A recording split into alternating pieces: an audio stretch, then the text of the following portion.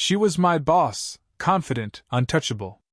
But that night, when the office lights dimmed and her voice softened, she whispered words that changed everything. "Tonight, you're not my employee, you're mine." The office was unusually silent that night, the kind of silence that makes every small sound feel magnified.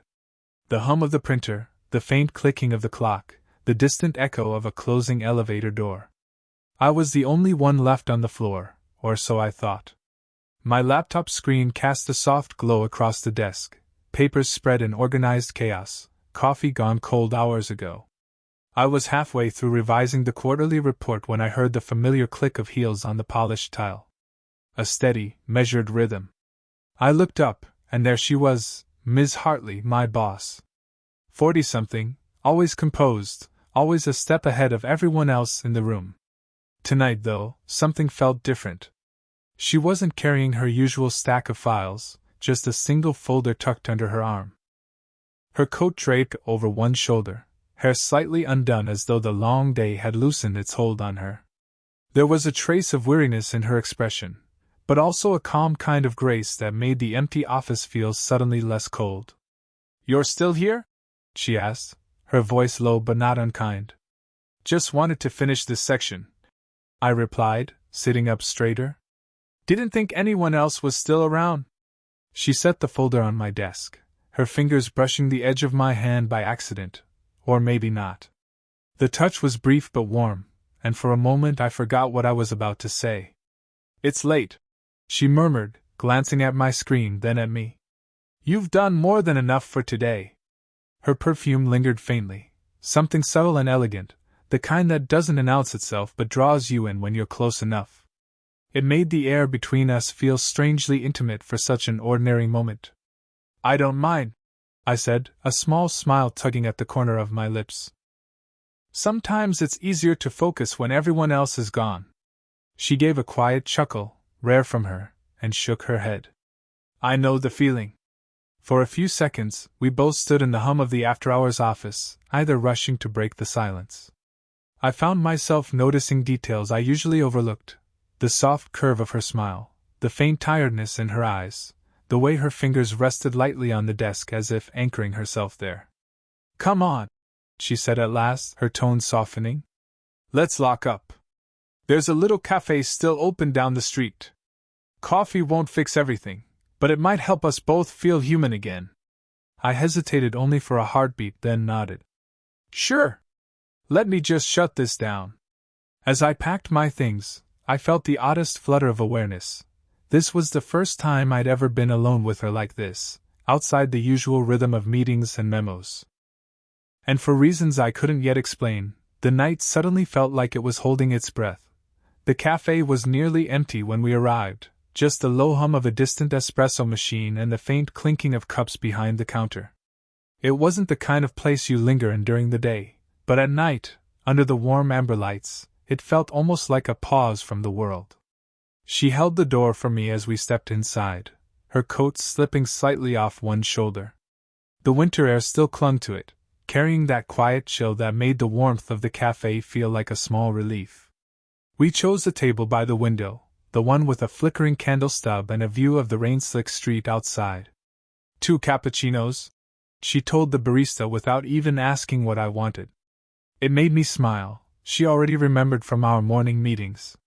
For a while, we just sat there, fingers curled around the cups when they arrived, letting the steam rise between us. The conversation began as expected, talk of deadlines, strategies, the project that had kept me chained to my desk. But slowly, her tone shifted. "I don't usually stay this late," she admitted, looking out at the street lights. "I used to. Years ago. But somewhere along the way, I realized I'd traded too many nights for work that never really stopped asking for more."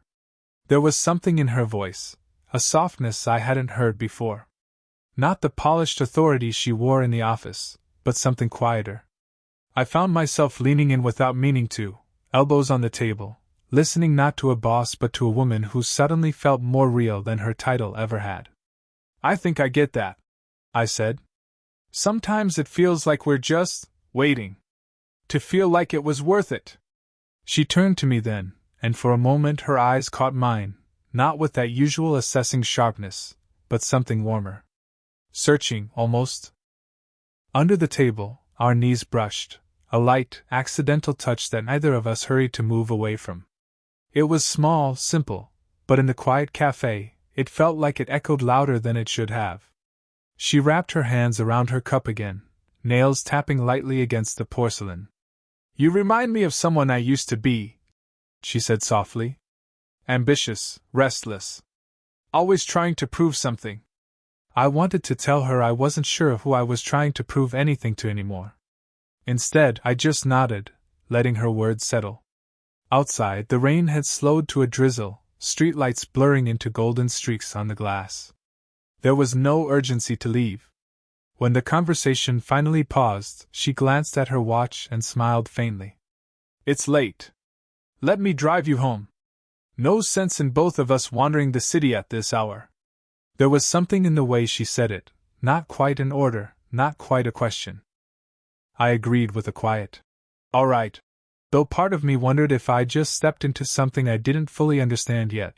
The rain had left the streets glistening, each passing streetlight casting long streaks of gold across the wet pavement. I followed her to the car, a sleek, understated sedan that matched her perfectly, elegant, efficient, quietly commanding attention without trying. She unlocked the doors with a soft click, and I slipped into the passenger seat. The air inside still carried the faint trace of her perfume, mingling with the cool night breeze that followed me in. It felt different sitting beside her like this. No conference table between us, no office lights buzzing overhead. Just the hum of the engine as she started it, and the muted patter of rain still clinging to the windshield. For a few minutes neither of us said much. The city slid past outside, closed storefronts, a lone cyclist, the red glow of a late-night diner sign. She drove with one hand on the wheel, the other resting loosely near the gearshift. My own hand was close enough that a shift in either of our movements would have bridged the gap. "You live far from here?" she asked finally, her eyes still on the road. "Not too far. 10 minutes, maybe 15 if the lights hate us." She nodded, a faint smile playing at the corner of her lips. "Then we'll hope the city's kind tonight." There was a pause, not uncomfortable, but weighted, like both of us were aware of something beneath the surface of this ordinary drive. "I didn't expect you to still be there tonight," she said quietly. "Most people clear out the second the clock allows it." I glanced at her, the dashboard light painting her profile in soft lines. "I guess I wanted to get it right. Sometimes staying late feels easier than leaving things unfinished." Her fingers tapped the steering wheel, thoughtful. "I used to think that way too. Until I realized how many nights I'd traded for work that didn't always remember my name the next morning." The way she said it, half a confession, half a warning, lingered in the air. I wanted to ask if she regretted it. Instead, I just said, "Maybe some nights are worth it." That made her glance at me, a quick, sharp flicker of eyes meeting eyes before returning to the road. We stopped at a red light. The city was quiet here, the rain easing into a fine mist. For a moment, the heater hummed softly, warming the space between us. I could see a strand of her hair, loose from the day, catch the light. Without thinking, I wanted to tuck it back, but my hand stayed still. She let out a quiet laugh, almost to herself. "I'm too old to be driving at this hour." "You don't seem it," I said before I could stop myself. She glanced at me again, longer this time. Not reprimanding, just curious. The light turned green. The car rolled forward, and something unspoken came with it, a sense that this wasn't just a ride anymore, but the start of a very different kind of evening. The drive ended too quickly.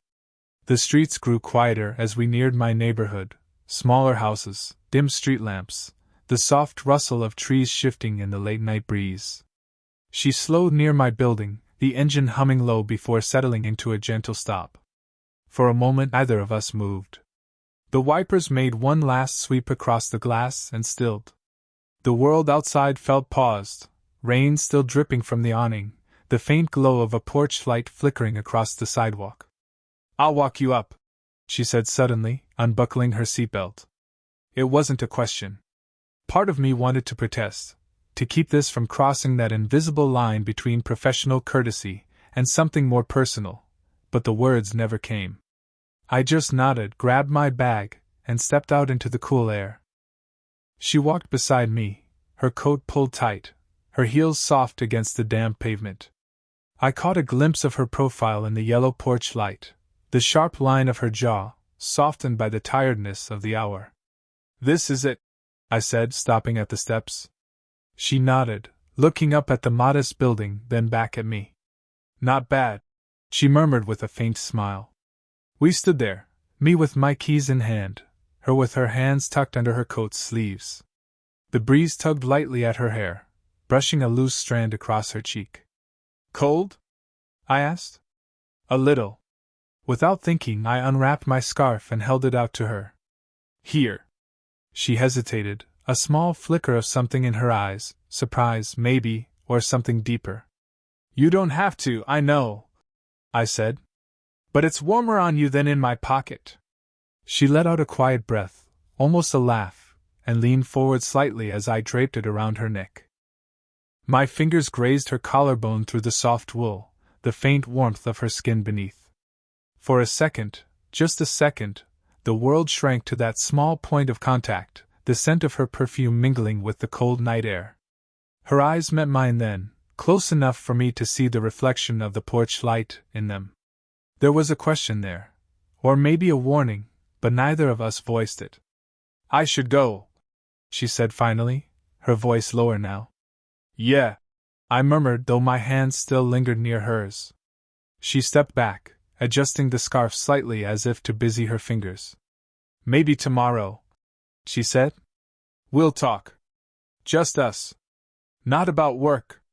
I nodded, though my mind was already racing ahead, wondering what that talk would mean. She offered a small, knowing smile, the kind that said she was aware of the moment we'd both just stepped into, and turned toward her car. As I unlocked my door, I caught myself glancing back. She was still there, watching just long enough to make me feel it wasn't only me caught in this quiet pull. The rooftop lounge was nearly empty when I arrived. Just the city stretching wide beneath the dark, a few dim lights flickering from distant towers, and the low hum of music drifting from somewhere near the bar. I spotted her almost immediately, leaning on the railing, hair caught by the night breeze, a faint glow from the candles on the tables brushing against her face. She turned as I stepped closer. No sharp suit tonight, just a simple blouse, a coat draped over her shoulders, and an expression that felt lighter than usual. Still, there was a trace of caution in her eyes, the kind that comes from someone used to carrying more than they ever admit. "You came," she said quietly. "You asked?" I replied. "I figured you don't ask unless it matters." Her lips curved slightly, not quite a smile, more like the start of one. "It's rare I get to talk without people expecting answers." We sat at a small table, 2 glasses of something warm between us. The city lights flickered below, cars threading through the streets like restless stars. For a while, the conversation drifted, fragments of work, stray thoughts about the weather, the way the city never really sleeps. Then, slowly, she let the surface settle. "You know," she said, her fingers tracing the rim of the glass, "I've spent years making sure I'm untouchable. Always the one who stays composed. But it's a lonely thing, being the person everyone looks to and no one looks at." I listened, letting her words settle in the quiet. "You don't seem untouchable," I said. "You just seem steady. There's a difference." She looked at me then, really looked, the way people do when they're deciding whether to believe what they just heard. The candlelight caught the edge of her eyes, softening them in a way I hadn't seen before. Her hand rested on the table, close to mine. Close enough that the heat of her skin felt like a question. I didn't move, not wanting to break the moment.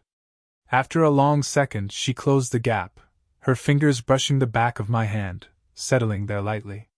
"I've been careful for so long," she murmured. "Maybe too careful." I felt the air change, not heavy, but charged. Like a quiet current threading between us. "I'm not asking for anything," I said softly. "But I don't think either of us needs to pretend there's nothing here." A faint, tired laugh slipped from her. You're too young to sound that sure. Or maybe I'm just not old enough to be afraid of saying it. That earned me the first real smile of the night, small, but honest. When we stood to leave, the night had grown cooler, but her hand lingered just slightly on my arm. And then, as the city lights framed her face, she whispered, not loud, just enough for the words to settle against the quiet. Tonight you're not my employee, you're mine. The city had quieted into that rare in-between, too late for the rush of evening, too early for the stir of dawn. We walked side by side, the glow of streetlights stretching our shadows along the pavement. The night air was crisp, carrying the faint scent of wet asphalt and distant jasmine from a garden nearby. Neither of us hurried. It felt deliberate, each step its own small choice to stay in the moment a little longer. She kept her hands tucked into her coat pockets at first, but as the cold settled, she let one slip free, brushing against mine as we turned a corner. The touch wasn't an accident. Not anymore. Doesn't the city feel different at this hour? She said, her voice low, carrying easily in the quiet. It feels like it lets its guard down, I replied. Like it's finally breathing. She gave a soft laugh at that, the kind that comes not from amusement but from recognition. I used to walk like this a lot. When things felt too loud during the day, I'd steal the night back. Remind myself I was more than the noise. I glanced at her. The streetlight caught the curve of her cheek, the soft fall of her hair. There was something undeniably graceful in the way she carried herself, not because she was trying to impress anyone, but because she wasn't. Without thinking too much, I offered my arm. She looked at it for a brief moment, then looped hers through. The simple gesture closed the last bit of space between us, and suddenly I was aware of everything: the gentle weight of her hand, the warmth of her sleeve brushing against mine, the quiet rhythm of our steps syncing together. People would talk, she said after a while. Not accusingly, more like a fact laid gently on the table. They already do, I answered. About 100 different things every day. At least this one would be true. She tilted her head, a small, incredulous smile tugging at her lips. You don't hesitate much, do you? I do, I said softly. Just not about you. That made her fall quiet. For a few strides, all I could hear was the sound of her heels on the pavement, and the faint rustle of her coat against my arm. We paused near a small park, benches slick with rain, the leaves overhead whispering with the breeze. She let her head rest, just for a moment, against my shoulder. I feel alive, she murmured, almost as if confessing it to herself. Like I've been standing still for years and someone finally reminded me how to move. I didn't say anything. I just stood there, letting the night hold us, not asking for more, not pushing for less. When she finally pulled back, her hand lingered on my sleeve, fingers trailing lightly before slipping away. Let's promise something, she said. Honesty. No pretending. No games. I nodded. No pretending. And as we walked on, the city felt wide open, like every unspoken rule was waiting to be rewritten. The city was still, caught in that fragile moment before dawn where the night hasn't quite let go, and the day hasn't yet claimed its place. We stood by the quiet riverside, the water catching faint ribbons of early light.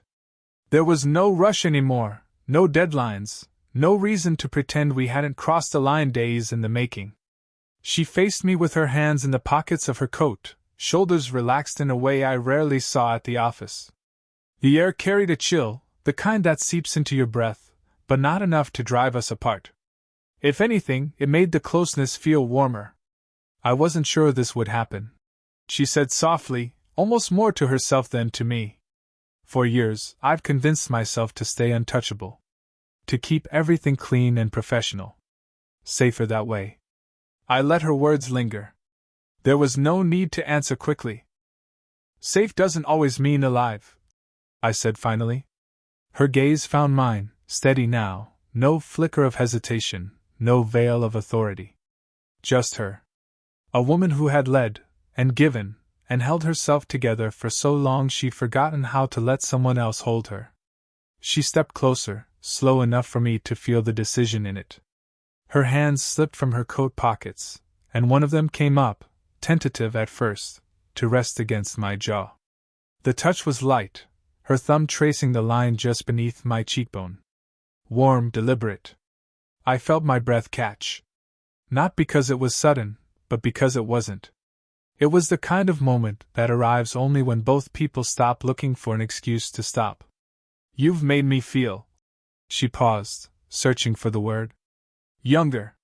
Not by years. By weight. Like the world isn't quite so heavy when you look at me. I let a small smile tug at the corner of my mouth. You make me feel the opposite, I said quietly. Steadier. Like I'm finally standing somewhere real. Her lips curved at that, the kind of smile that comes when two truths meet in the middle.